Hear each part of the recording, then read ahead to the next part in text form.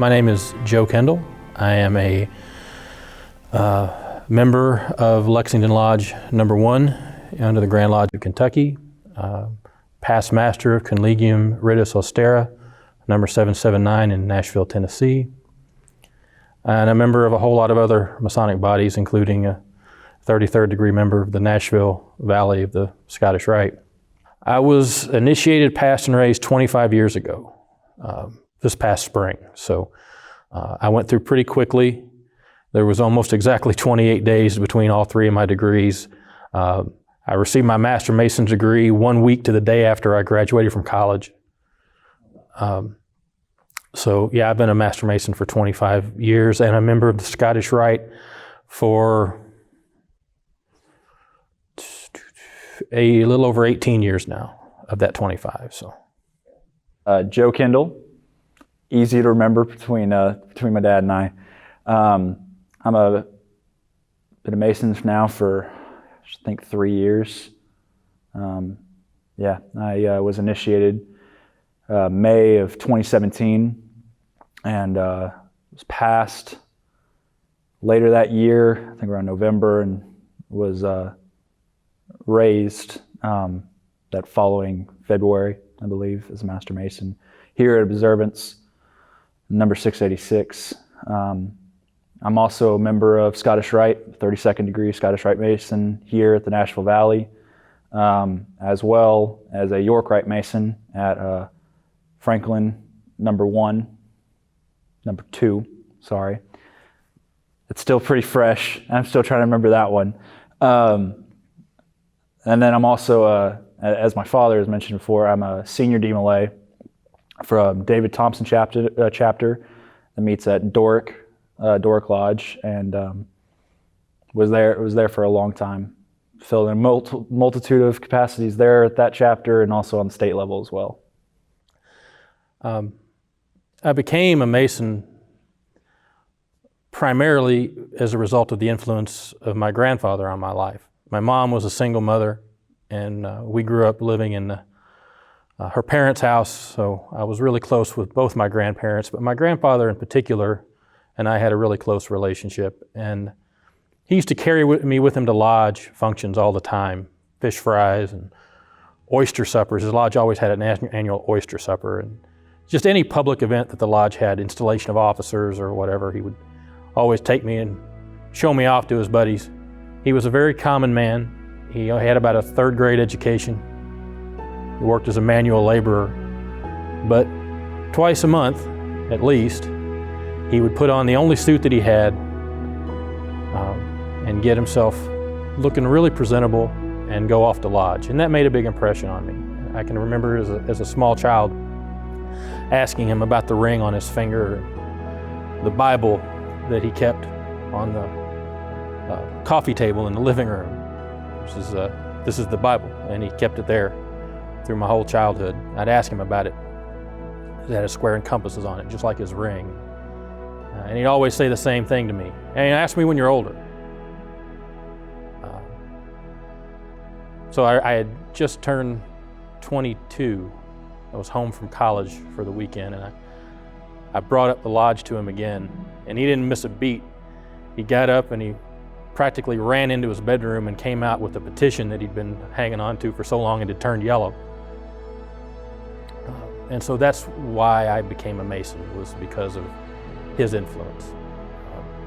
I knew then that his father before him was a Mason, and that we had a history in the family. And that meant a lot.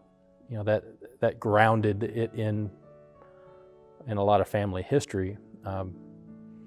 And watching him sitting on the sidelines, kind of beaming with pride as I was going through my degrees, and it meant a great deal. The night that I was raised, after he raised me, he took the ring off of his finger and he put it on mine, and I never remember seeing him without that ring on until he took it off and gave it to me. Well, I think like probably most active Masons who have sons, you hope that your son will, when he's old enough, ask that question and express an interest in the fraternity. I certainly did. I approached that by engaging him whenever it was possible, not just him, but his younger brother as well. Engaging him whenever it was possible. So like my granddad, taking him to public functions of the lodge, officers' installations, barbecues, whatever happened to be going on. If there was anything that could be done publicly, the lighting and extinguishing of the lights that we do here around Maundy Thursday in the Scottish Rite. I remember taking him and his little brother to that from the time they were tiny. So that lodge was just something that seemed normal to them. As they got older, engaging them in DeMolay was an obvious step to kind of cultivate that interest, and both of my sons have been very active and had been very successful in the pursuit of their DeMolay career, so to speak. So in fact, my oldest son, Joseph, just recently aged out of DeMolay and spent the last 3 years in one capacity or another as a state officer. So he's been very, very involved there. So I was very fortunate that as that time drew near for him, that groundwork had been laid, and he expressed an interest. Ever since I was a little kid, Dad has always taken me to Masonic events. I've been fish fries, chili cook-offs, pancake breakfasts. I've been to officer installations, Maundy Thursday service. It's been a big part of my life ever since I was a small kid. Both my parents have plenty of stories of me crawling around a lodge room as a small child, because since I wouldn't be listening to anything, you're just crawling around meeting people. So it's always been a big part of my life, and I can remember ever since I really thought about if I wanted to go into Masonry, I've wanted to join, and it's been something I've wanted to do. And it was when I did DeMolay that it really started to hit home how important it would be for I really wanted to join. Before I joined DeMolay, I was also a scout. I was a Boy Scout as well. And I remember very clearly when I was young, before I joined Boy Scouts, before I joined DeMolay, my dad taking me aside and asking me, and discussing both groups.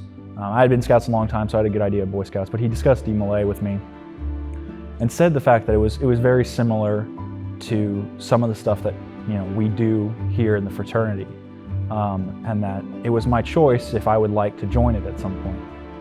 And when I became of age, I decided I wanted to get that experience, to kind of get my feet in the water of fraternal brotherhood. And so I was about 13, and I joined DeMolay at the state conclave. And those degrees were very impactful to me.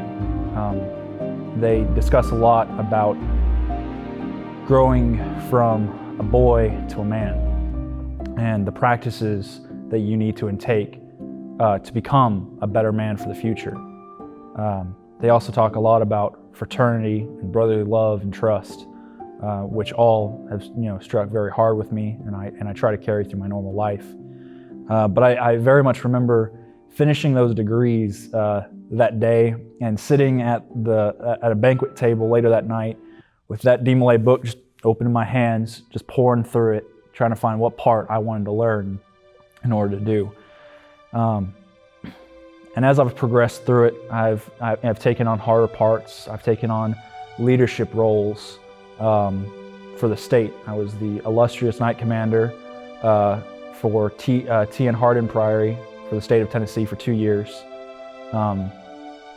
which was nice, and it's a nice little accolade to put on my vest. But honestly, what I really got out of it was helping other young men progress themselves, building their lives so that in the future they could become the best man possible, and honestly preparing them for when they get into Masonry to continue to build themselves into a better man. And it was just one of those things that struck through me a lot, especially ritual. Even today, ritual is a big part of what I enjoy so much about Masonry, is really understanding what it is, and it really all started with DMLA. I had been thinking about it for a long time. I've been wanting to do it, and I was just waiting for to turn 18 and be able to get that petition. And I talked to Dad. I was like, I want to join Masonry. I want to do it. And he said, that's fantastic. And he said, I'm excited for you to join, but you need to go talk to some other people because I can't sign a petition. I can't sign a petition for you. And I was like, cool. So that's when I started to meet some of the guys here at Observance, and I already had a pretty good relationship with a lot of them. So I've been growing up in the fraternity basically for such a long time. I knew a lot of them, and they had come to know me really well. And so, I got my petition all filled out and submitted, and I was excited. I was very nervous, but very excited to get my EA degree.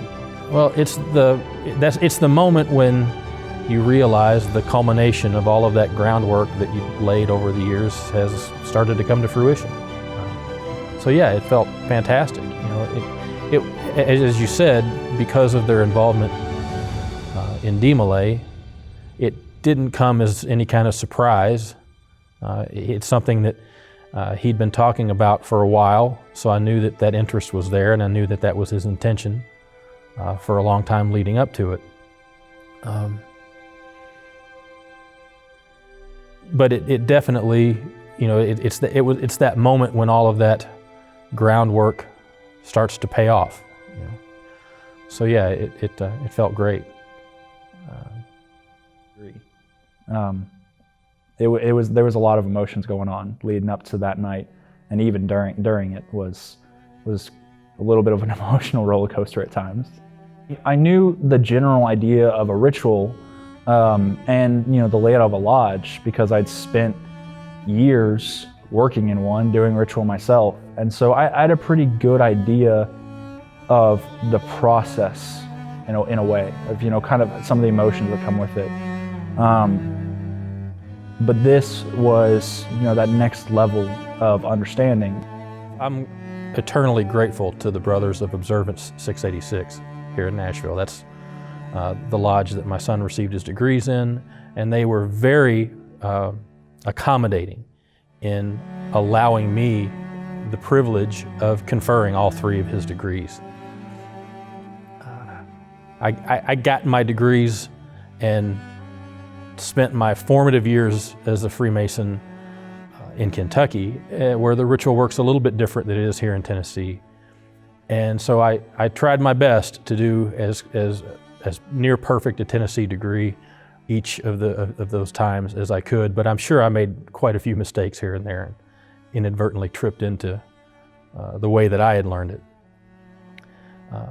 But a lot of that was, there was a lot of nervousness. I wanted his degrees to be as impressive and transformative as I know that they can be and that they should be.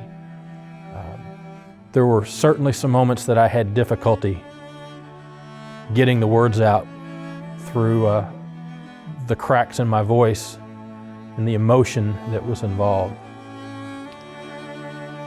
Probably no more so than at the end of his 3rd degree when I stood in this room where he received all 3 of them. And I took that same ring that my grandfather had given to me off my finger and put it on his. I think I wept like a baby. Both of us shed quite a few tears at that moment, and it was one of the most amazing moments of my life. Whenever standing in front of my dad and he would start giving, the really deep, serious point, within the degrees, that would always hit me a little hard, and I would have, it would take me a second not to, start busting out tears and stuff, especially when he was doing some of the degree work at the very end, which is very impactful. Especially coming from a man I admire so much on it. I've always admired my dad ever since, from a young age. He has always been, an upright man and has always taught me important values. And to go through the same process that he has and to watch him perform rituals and teach lessons to others to learn from him, because, most of my degrees I've gone through over my Masonic journey, a good portion of them, he's been the one conferring them upon me, or he's done some large part in giving valuable lessons to me. I think it's a deeper level of understanding.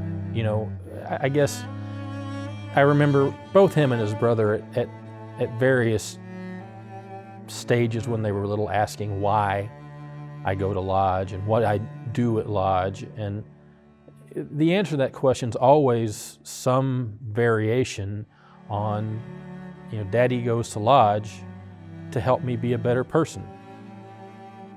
And ultimately, that's what we're here to do. And so now he's in a position to be able to experience that himself, to see what that process looks like and how it actually plays out.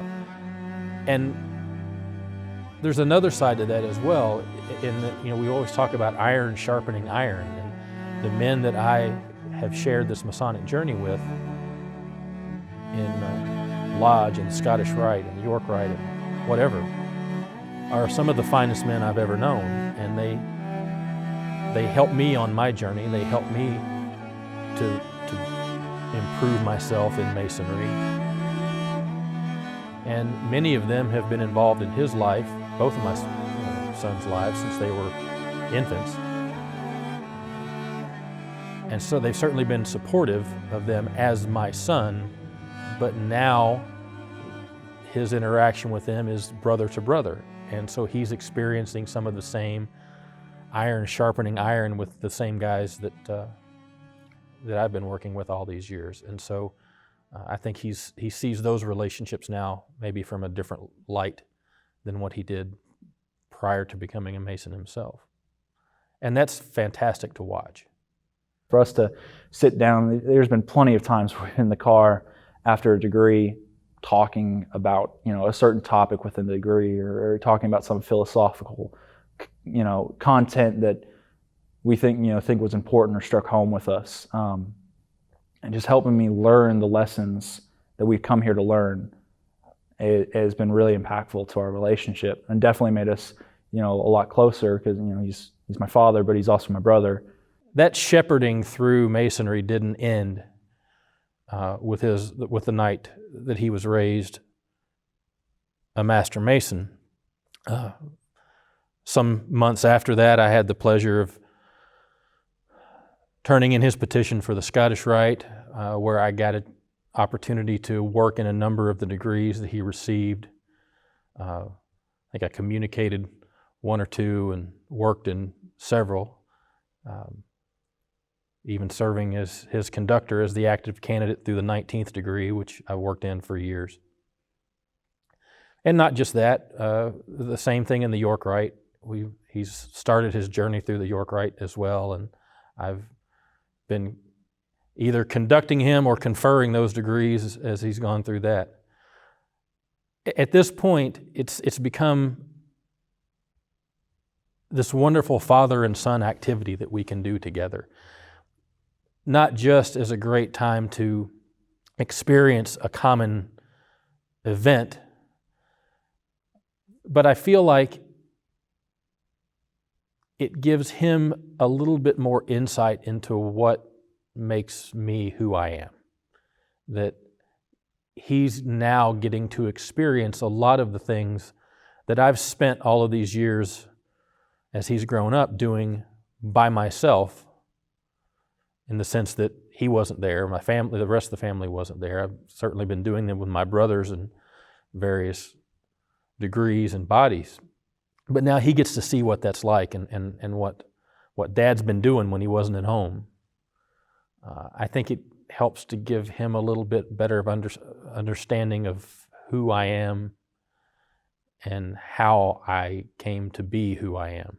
Because my activities in Freemasonry have been a shaping factor on my life for my entire adulthood. And he seems to be interested in staying in not just being a member, but staying active and actively participating. He works in degrees that I've never been involved with, and has his own Masonic career, so to speak, completely independent of what we do together. He doesn't have any idea how frequently I go to a meeting of this body or a gathering of this group of brothers and I hear someone say, I was at a degree at such and such lodge last week and your son was there and he did the stereoptic lecture. He did a great job. And that just makes you feel good. I wasn't there. I didn't even know he did it. But I regularly have brothers coming up to me saying, that they saw him do this or they had the pleasure of sitting with him in lodge over there. And it's fantastic. It's a level of pride that's different from the kind of pride that you associate with ego. It's not unlike the satisfaction of a job well done. I talked about the Masonic temple that we're building, and each of us is building our own. We're building it with the help of all the brethren around us, sure. But then you get to look at your son and you realize that while he's building his own temple, I helped lay that foundation that the temple's built, that his temple's built on. And so there's a lot of pride there, not just, wow, look at my boy, although that's there. The biggest one is, to me, especially degree work. Dad is a fantastic ritualist, and in my opinion, is one of the best ritualists I've seen, which to me can be a little intimidating because those are some pretty big shoes to fill. Because I always have a feeling that some people are looking at me and expecting me to give the exact the same presentation and stuff. And so I will say one of the biggest moments, and I think, is Scottish Rite ritual work. We worked together in the 31st degree, the second section, which is a lot of fun. We actually worked the two counselor parts. So we do a lot of playing off each other, which is really cool. And I think anytime I am ever able to sit there and do a ritual part, and especially Dad come up to me and said that was really good, that puts a little pep in my step there for a second. But it's definitely a lot of fun to work on ritual together. Not just to work on it, but to analyze it. So one of the things that I've really enjoyed about Joseph's journey through Masonry is that after we confer a degree on him, or sometimes after he's received a degree and now we're working in it together, or have just attended a degree together, and then we go out and have something to eat or sit down and have a beer or whatever, and start talking about what this degree meant to him, what it means to me, start dissecting turns of phrase or symbols within the degree to try to pull out what spoke to us. That's fantastic. And that's one of those things that you just can't share with just anybody, even your own family, unless they've experienced it. And so I've gotten an incredible amount of fulfillment in discussing the deeper meanings of various degrees with him as he's been going through this journey, and as now we're going through it together. And I think that idea is also been extremely helpful for me to be so early in my journey, is when we do sit down and discuss and dissect either a certain part within the ritual or the entire degree itself, because you have much different ways of seeing things, or you've watched some of these degrees hundreds of times to the point where you have a different understanding than I watching it the first or even just the first couple times. And it helps me realize, I didn't catch that, or that didn't really hit me at the moment, but when we sit back and talk about it, I start to fully understand it, and then I come out of those discussions with a much better understanding of what went on. Well, and that goes both directions too, because we started doing that with your very first degree. Mhm. So analyzing the lessons of a degree have just become, it's kind of the way that you were nurtured through the craft. And I may have seen a degree 100 times and conferred it 100 times or whatever. But then we get together and discuss it afterwards, and you've got a completely new take on it because it's fresh to you and you saw it through a different lens. And sometimes it helps me to kind of reevaluate, I never really thought about it that way. I've always interpreted this the way that it makes sense to me, but you've got a fresh angle on it. And so that helps me just as much as it does him, I think. My grandfather passed when Joseph was still a baby. They got to spend a little bit of time together, but not a whole lot before he went on. And so I hope that this serves as a little bit of more of a connection for him to his great grandfather. It certainly was a big part in the later years of the connection between my grandfather and myself. By the time I went through the degrees, he was on up in years a bit. He didn't drive at night. He hadn't gone to lodge for a few years because he couldn't drive at night to get there. But once I started going through, I would swing by and pick him up, and we'd go to lodge together. And that was just, those were great times. And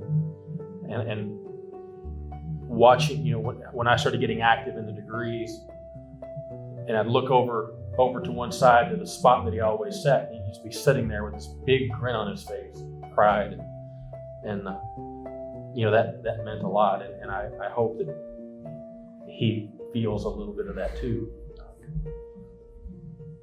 Maybe strengthens that connection. Yeah, like you said, my great grandfather passed away when I was still very young. I was only a year and a half old. I have very vague memories of time spent with him. It's not a whole lot since I was so young. But especially, during the degrees,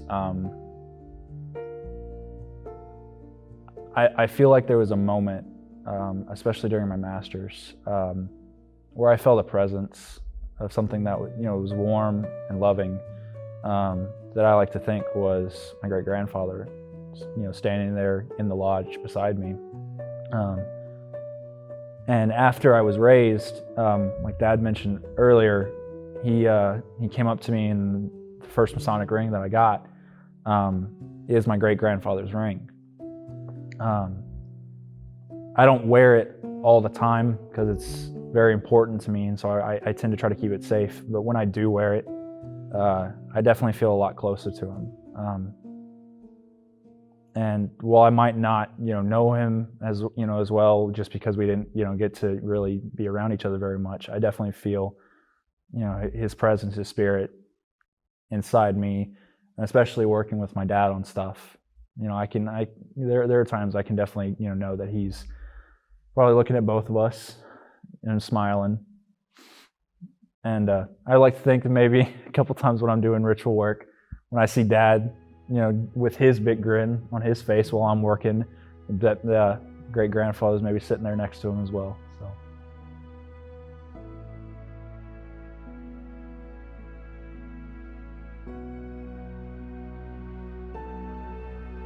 This is the Lewis jewel that I presented to Joseph when he became a Mason.